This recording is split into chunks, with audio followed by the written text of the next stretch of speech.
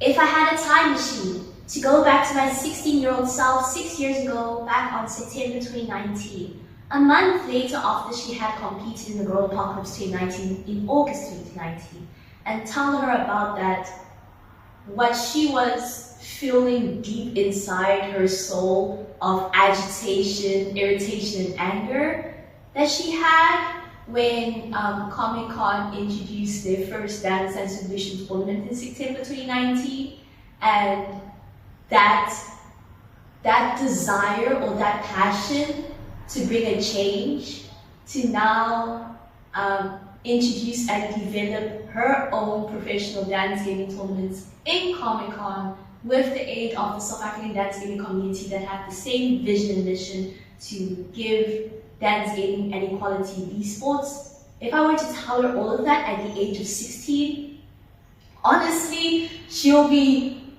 probably kneeling down on a dance pad and she'll be begging in tears saying thank you, because it really, hi guys, I'm telling you, it's time I actually tell you the story. Otaku Arcade Extravaganza was not the first tournament established or dance gaming tournament established in Comic-Con. Damn! I'm going to tell you a history about the development on dance gaming tournaments being introduced in Comic-Con before Otaku Arcade Extravaganza even existed.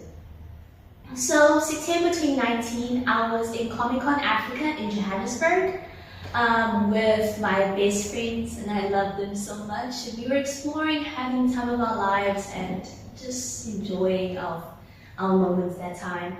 And then I came across that there was a Namco cab, aka a purple cab, just around the corner in the Comic-Con back in September 2019.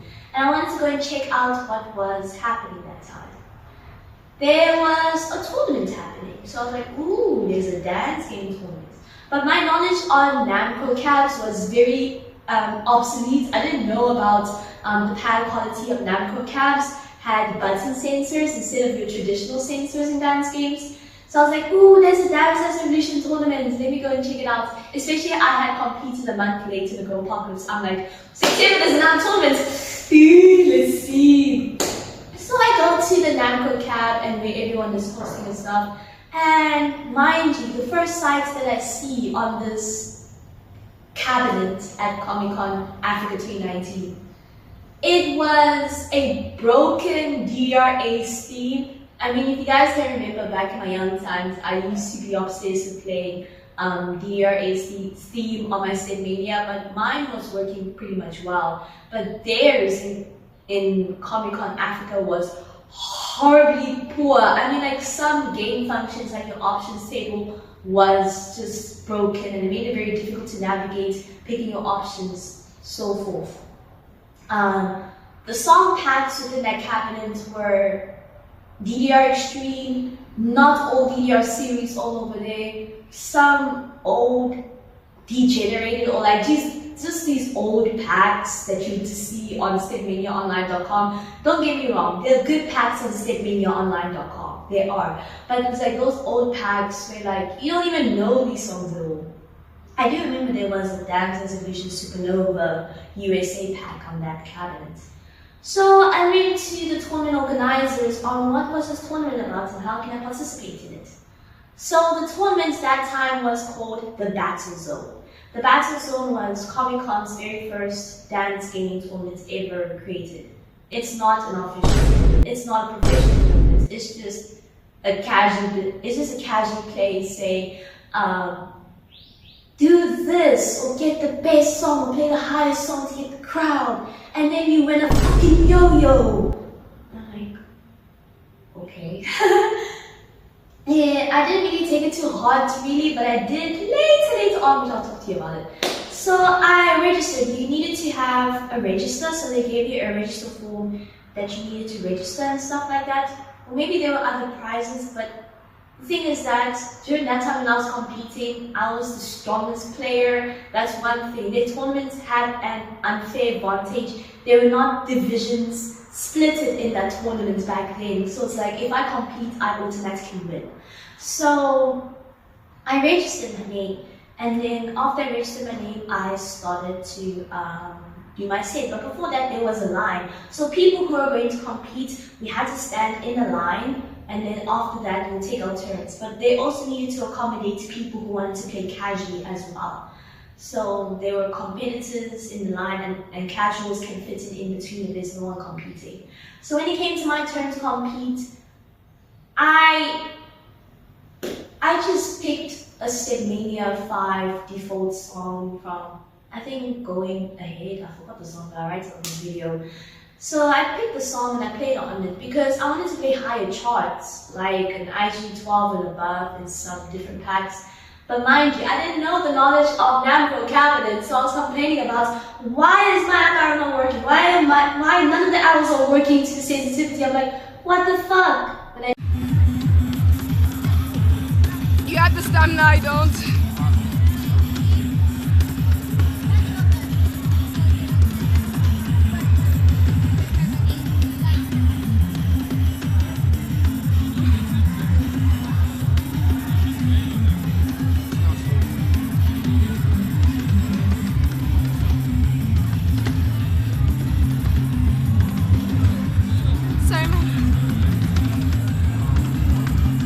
I'm recording.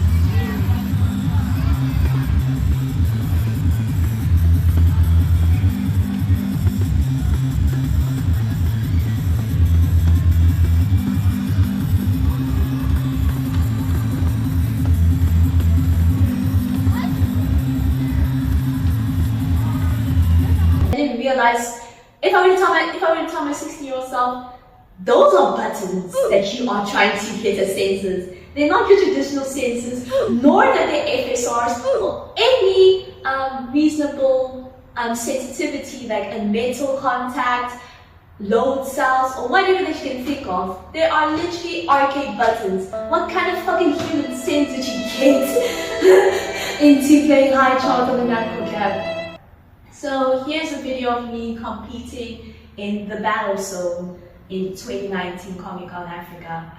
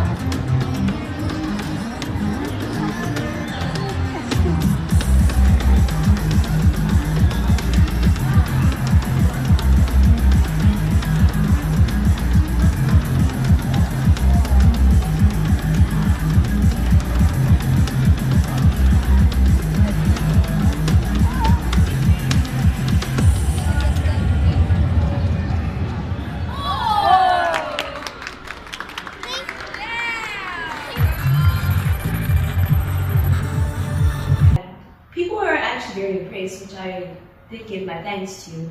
And then I was the winner of the tournament and I got a yo-yo. But it hit me deep later. It hit me deep, I think, an hour later during the event. But things got better later on. It hit me deep an hour later during the event where like Comic-Con can decide to host the tournament where they just make it so super casual, more like an exhibition or a sideshow, whilst other games like Tekken, Street Fighters, Fortnite and so forth over there have generations of, obviously they're mainstream games and they're sponsored by major companies, and we have in South Africa like BS Telecom, Toyota, Red Bull, Powerade and many more. And I'm like, these games can have their own recognition and develop it into the sport, whilst you treat dance gaming as a sideshow. And I just came from the Girl Apocalypse 2019, a month later, just experiencing the life of really grassroots, home roots dance gaming. And now I have to compete in a side exhibition. I just felt so dishonored. I really did. I was so depressed. I was just defeated. But then when I was walking to the gaming arena that time in 2019, after I had competed, I came across meeting Tech Girl a Tech Girl. Her name is Sam Wright, but she goes under her gamer tag Tech Girl.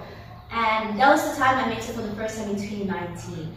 And I told her about my experience that just a month ago I was just competing in an international women's and non-binary dance gaming tournament in France. And she was very intrigued about my journey and she wanted to see my growth in my journey because I'm still competing, even now to this day. To a point that she published my story in Red Bull, which I'm sincerely grateful for her. So that brought healing for myself when I was 16, but I was like, Comic-Con cannot get away with this. I did not accept that. I don't like it when rhythm gaming tournaments or dance gaming tournaments are just seen as casuality or some sort of a fling. I'm very competitive. You guys should know me by now. So the battle zone had, honestly, it was just not formal. It wasn't formal like other games being introduced, like there was a tournament happening on different social medias and stuff. It was hidden. I didn't even see on social medias that the battle zone even existed. So the battle zone, the dance game tournament had completely discontinued, which is a good thing. Because now that the battle of the zone is no longer there, they're destined to become the greatest dancing tournament in the Hurts, doesn't it?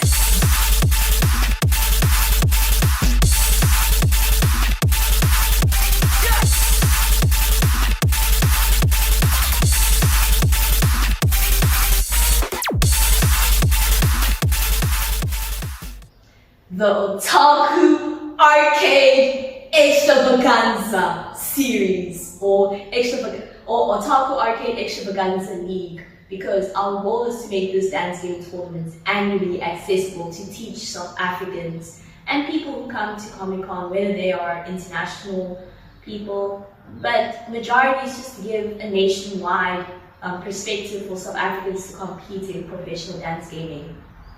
Honestly, the Otaku Arcade Extravaganza was the healing that I needed for my 16-year-old self to finally give dance gaming a voice. During the first series of the tournament, or the first league of the tournament, it wasn't easy. We had no money to run the tournament. We actually had no money to run the tournament. We had no live streaming sponsorship coverage on the first league compared to the second one. We did have sponsors to give towards our top 9 finalists post grand finale, but our grand finale was not only disrupted because of lack of time. The video of the grand finale on the 2024 tournament, which is the first league, it had been corrupted and then subsequently deleted. And I was in 2024. But the thing is that it wasn't just seen, it wasn't really it wasn't really at its best compared to how 2025 was. 2024, we had like a small space and people really couldn't recognize us that we're trying to be competitive as to other games. And we were at the kids zone area as compared to this 2025, we were in the official gaming area for Comic-Con Cape Town. Unfortunately, the Otaku Arcade Extravaganza is a tournament that can only be hosted in Cape Town. I really wish we could host the same tournament in Johannesburg as well, but this is a grassroots community tournament. And all the funding, majority of the funding comes from the main organizers of this community. We don't have major sponsorships like Red Bull or Powerade or any of these magnificent sponsorships that can make it able to continue also spreading these dance gaming esports games in Johannesburg and not solely in Cape Town.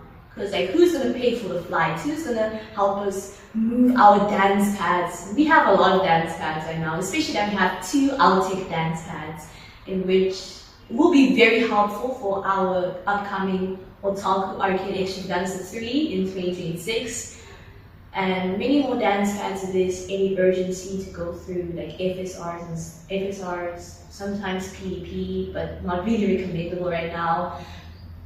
But if we were to run the same tournaments in Johannesburg, who's going to pay for our flights? Who's going to help us take the pads to the tournament?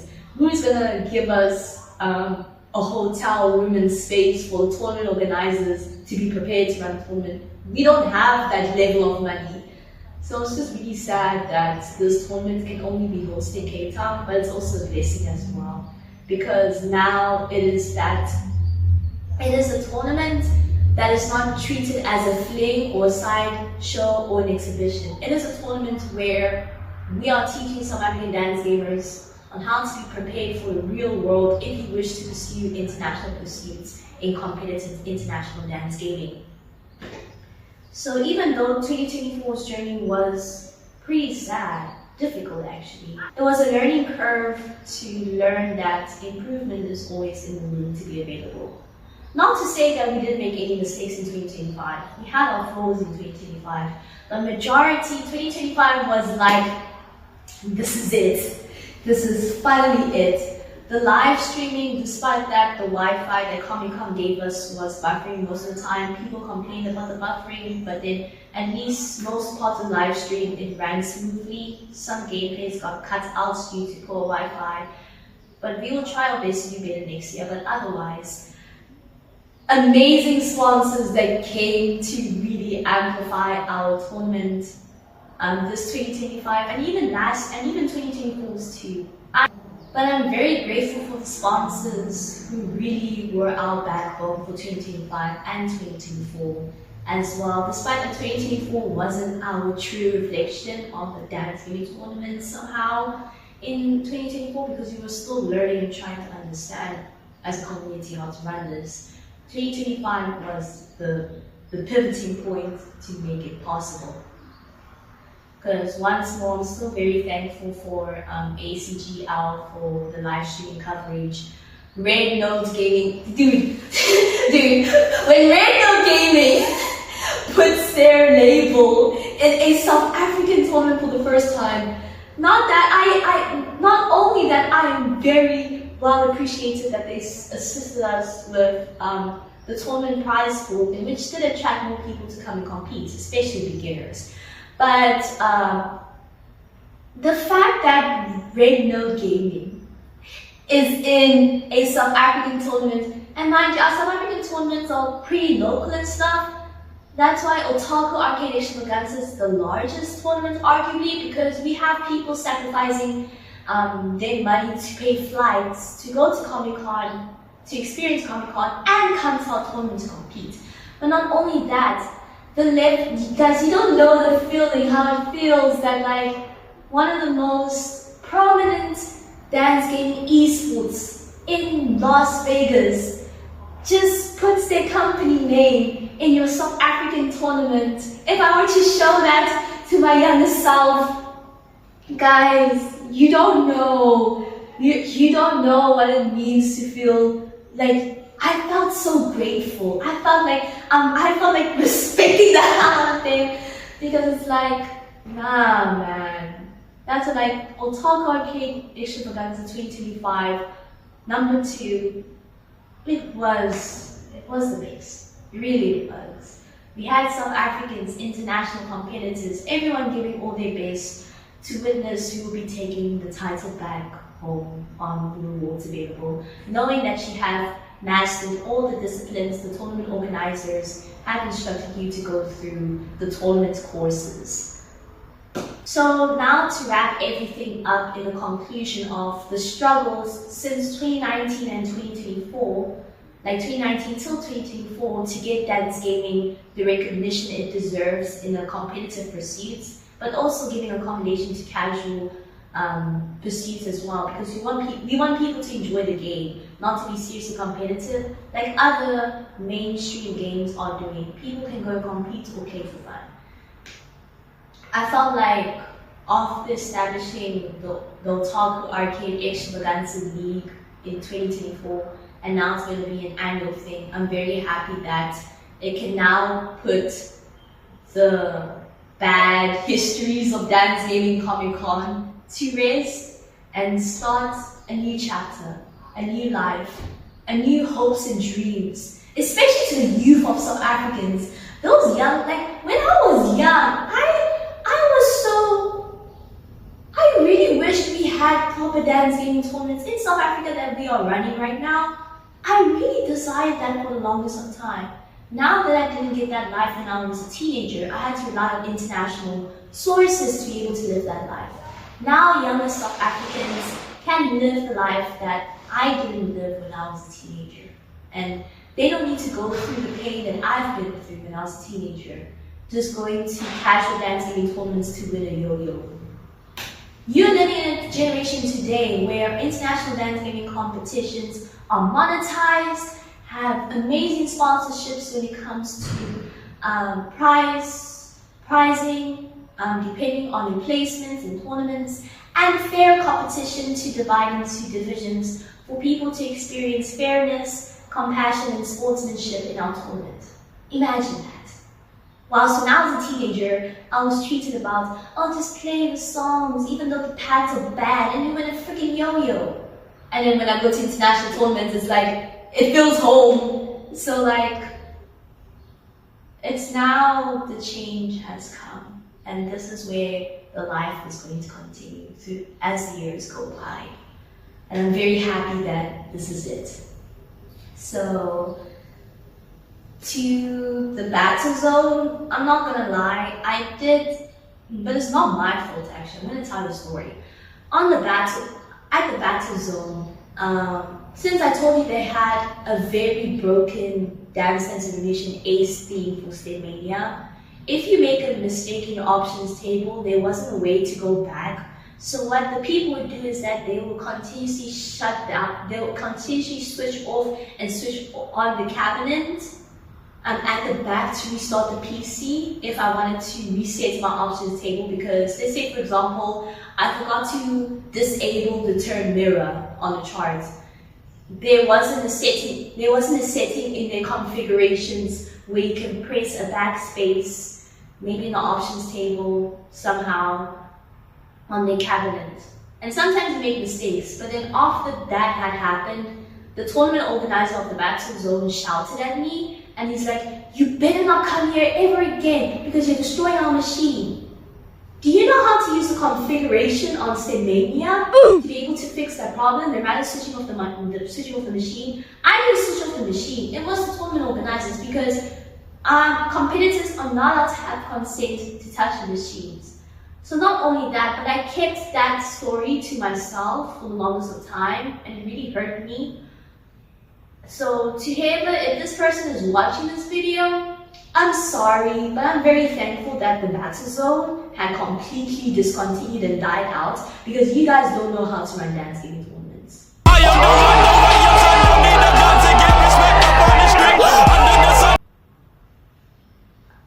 That's just, guys, it's not easy basing your past on things that you battled to go through.